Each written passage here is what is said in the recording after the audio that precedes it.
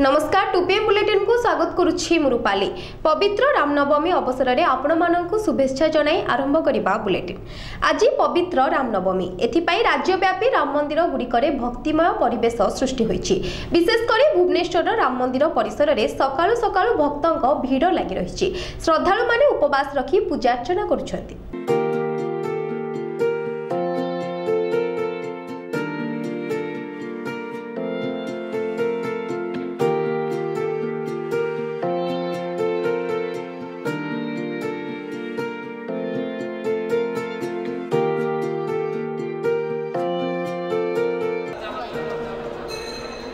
आज पवित्र रामनवमी प्रभु श्रीराम जन्मतिथि। अधर्म पापर विनाश करने आज तिथि में भगवान पुरुषोत्तम श्रीराम भाव में जन्मग्रहण करते। एथिपाई राज्यव्यापी राम मंदिर गुड़िकरे भक्तिमय परिवेश सृष्टि होइछि। विशेषकर भुवनेश्वर राम मंदिर परिसर में सकाळु सकाळु भक्तों भीड़ लगी रही। विभिन्न प्रकार फूल फलमूल और भोगराग धरी भक्त माने मंदिर परिसर में एक लंबा लाइन लगाइछन्ति। एही दिन व्रत धारण कले सकल अभीष्ट पूर्ण होइथाय बोली विश्वास रही। तेणु श्रद्धालु माने आज उपवास रखी पूजार्चना करुछन्ति। राज्यर अन्य राम मंदिर में मध्य श्रद्धा और भक्तिर सह स्वतंत्र पूजार्चना करा जाउछि। एहा सह लक्षाधिक भक्तों समागम को नहीं प्रशासन तरफ सुरक्षा व्यवस्था कड़ाकड़ी करा जिबा सह व्यापक पदक्षेप निया जायछि। Bureau report metro TV.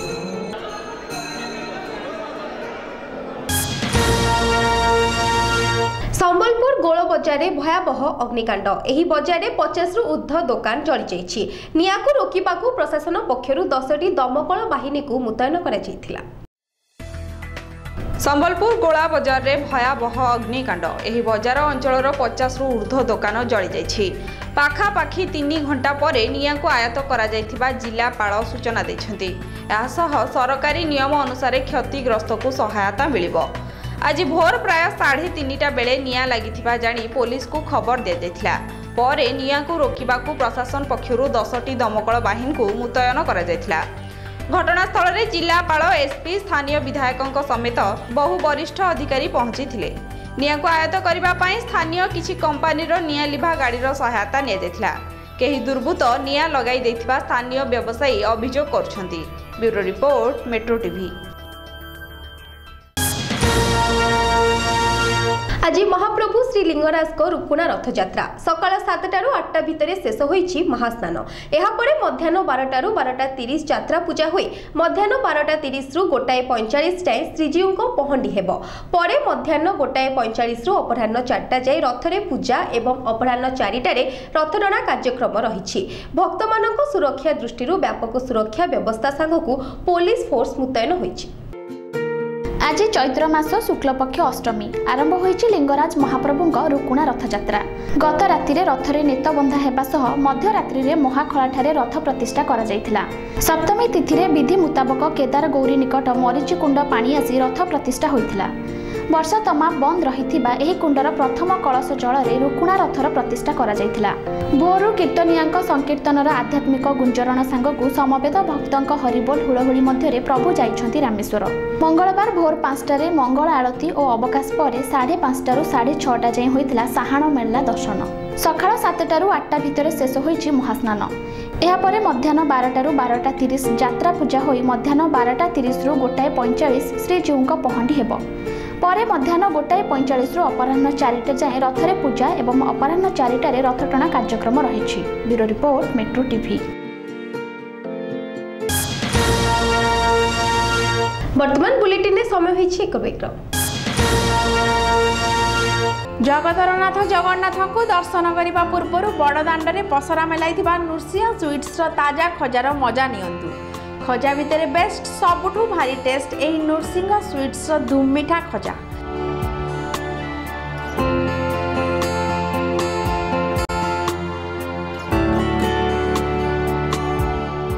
देखिबाकू जेमिति ताजा खाइबाकू लागे सेमिति मजा।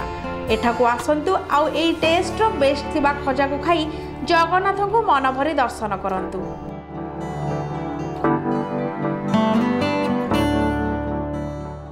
आरंभ होइछि जगतसिंहपुर जिला महोत्सव कल्लोल 2017 एप्रिल 1 तारिख ठारू 5 तारिख पर्यंत पालन करा जाउछि। स्थान जिलापालको कार्यालय पड़िया। प्रत्येक दिन संध्यारे साधारण सभा और सांस्कृतिक कार्यक्रम अनुष्ठित हेबो। ब्रेक पर स्वागत। स्वर्गतः प्यारीमोहन महापात्र झील सिक्ता महापात्र ओडिशा जनमोर्चार महासचिव होइछन्ति। प्यारीको द्वारा प्रतिष्ठित राजनैतिक दल ओडिशा जनमोर्चार से महासचिव होई राजनीति रे पाद थापिछन्ति। पिताको स्वप्न पूरण करिबा पई से राजनीति रे सक्रिय रहिबे बोली गणमाध्यम को कहिछन्ति। स्वर्गत प्यारीमोहन महापात्र झील सिक्ता महापात्र राजनीति को ओह्लाइछन्ति। प्यारीको द्वारा प्रतिष्ठित राजनैतिक दल ओडिशा जनमोर्चार से महासचिव होइछन्ति। पिताको स्वप्न पूरण करिबा पई से राजनीति रे सक्रिय रहिबे बोली गणमाध्यम को कहिछन्ति। सिक्ता कहिछन्ति 14 वर्ष तले बापा राजनीति रे जोग दैथिले। सेतेबेले मु परोक्ष भाबे तांको सह राजनीति रे संपृक्त थिली। मु तांको ठारो राजनीति संपर्क रे किछि ज्ञान आहरण करिछि। सेही ज्ञान को भित्ति करी राजनीति रे रहिबी। खूब शीघ्र दल को पुनर्गठन कराजिबो बोली से सूचना दैछन्ति। Bureau report metro TV. Dhenkanal सदर थाना गेंगुटिया ठारे कामाख्यानगर उपजिलापाल कल्पतरु बेहेरा, तहसीलदार सरोज कुमार स्वाई एवं अतिरिक्त जोगाण अधिकारी हिमांशु दत्तଙ୍କୁ ଲୋକମାନେ ମାଡ଼ ମାରିଛନ୍ତି। ଏହି ଘଟଣା ପରେ ଅଧିକାରୀ ମାନେ କାମାଖ୍ୟାନଗର ଯାଇ ସେଠାରେ ଉପଖଣ୍ଡ ଚିକିତ୍ସାଳୟରେ ଚିକିତ୍ସିତ ହୋଇଥିଲେ। कामाख्यानगर तहसीलदार निज कार जोगे ढेंकानालरू कामाख्यानगर को उपजिलापाल तहसीलदार और अतिरिक्त जोगाण अधिकारी जाउथिले। तहसीलदार गाड़ी चलाउथिबा बेले गेंगुटिया ग्राम निकटरे सेमानकर गाड़ी एक घाई सह धक्का होइतला। एही धक्का को नै स्थानीय लोकमानक सहित बचसा हेबारु लोकमाने सेमानकु आक्रमण करथिले। फलरे तहसीलदार आहत होई कामाख्यानगर उपखंड चिकित्सालय रे चिकित्सित हेउछंती। ए घटना परे आक्रमणकारीक विरोध रे कामाख्यानगर थाना रे एक मामला रुजु करा दैछि। तेबे 3 जण वरिष्ठ अधिकारी ढेंकानालरू सकाळू कामाख्यानगर काहेकि जाउथिले ताहार कोनोसी उत्तर मिली पारि नाही। अपर पक्षरे घटनाटी सदर थाना अधीन रे घटिथिबा बेले कामाख्यानगर तहसीलदार कामाख्यानगर थाना रे मामला रुजु करिबा घटना को संदेह घेरकु टाणी नेछि। दिन सकाळ प्राय 9टा बेले मु हमर तहसीलदार सरोज कुमार स्वाई एवं हमर ब्लॉक रो मार्केटिंग इंस्पेक्टर 3 जण तार प्राइवेट गाड़ी रे आसुलु। तहसीलदार निजे ड्राइविंग करूथिले। गेंगुटिया पाखे जो गाड़ी दल एमती रोड क्रॉसिंग को नहीं से जड़े गाड़ी रखवाड़ कौन कला कि तहसीलदार गाड़ी को 4-5 पाहारे बाड़ी बाड़ेला और तहसीलदार गाड़ी ओह्लैक पचारे से संघबद्ध भाव में एमती आक्रमण कले। 5-6 जन लोक आक्रमण कले किंतु से भी जानी ना गाड़ी में तहसीलदार की सपोर्ट एम सब थे और बुझासुझा कर निवृत्त रहिले ना। घटना तहसीलदार सामान्य आघातप्राप्त होगी कामाख्यानगर उपखंड चिकित्सालय चिकित्सित होती एवं ओवरऑल जिनस नियंत्रणाधीन अच्छी एमती किसी असुविधा नहीं।